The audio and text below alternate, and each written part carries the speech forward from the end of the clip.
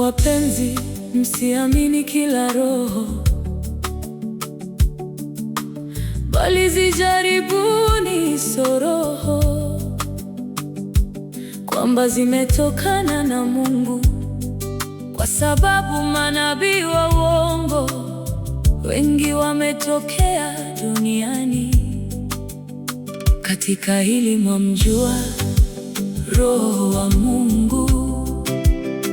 Kila roho ikirio kwamba Yesu Kristo amekuja katika mwili yatokana na Mungu, na kila roho isiyomkiri Yesu haitokani na Mungu, na hii ndiyo roho ya mpinga Kristo,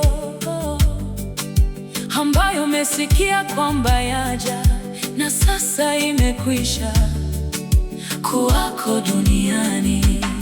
Ninyi watoto wadogo mwatokana na Mungu, nanyi mmewashinda, kwa sababu yeye aliye ndani yenu ni mkuu kuliko yeye aliye katika dunia. Hao ni wa dunia, kwa hiyo wanena ya dunia, na dunia huwasikia. Sisi twatokana na Mungu, amjuaye Mungu atusikia. Asiyetokana na Mungu hatusikii. Katika hili twamjua Roho wa kweli na roho ya upotevu.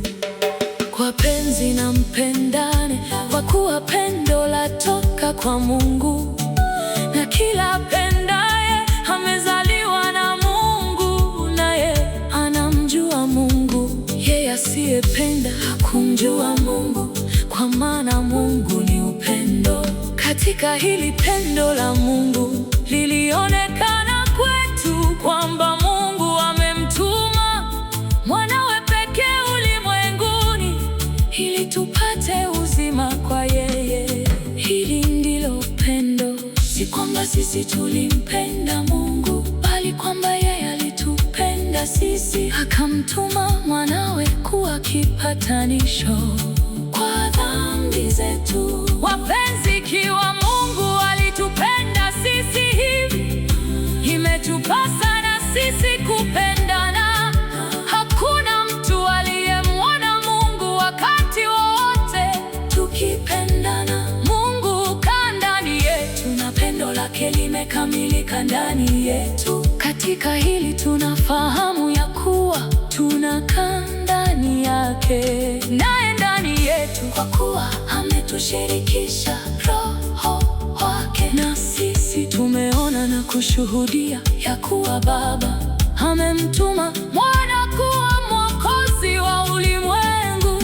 Kila akiriye ya kuwa Yesu ni Mwana wa Mungu, Mungu hukaa ndani yake, naye ndani ya Mungu. Nasi tumelifahamu pendo alilo nalo Mungu kwetu sisi, na kuliamini Mungu ni upendo, naye akaye katika pendo hukaa ndani ya Mungu, na Mungu hukaa ndani yake.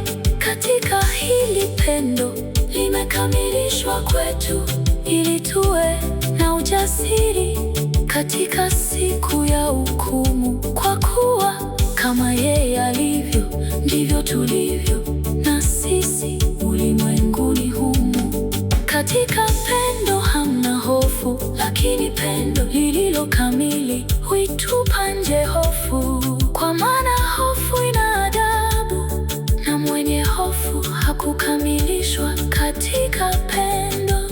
Sisi twapenda kwa maana yeye alitupenda sisi kwanza. Mtu akisema nampenda Mungu, naye anamchukia ndugu yake, ni mwongo. Kwa maana asiyempenda ndugu yake ambaye amemwona hawezi kumpenda Mungu ambaye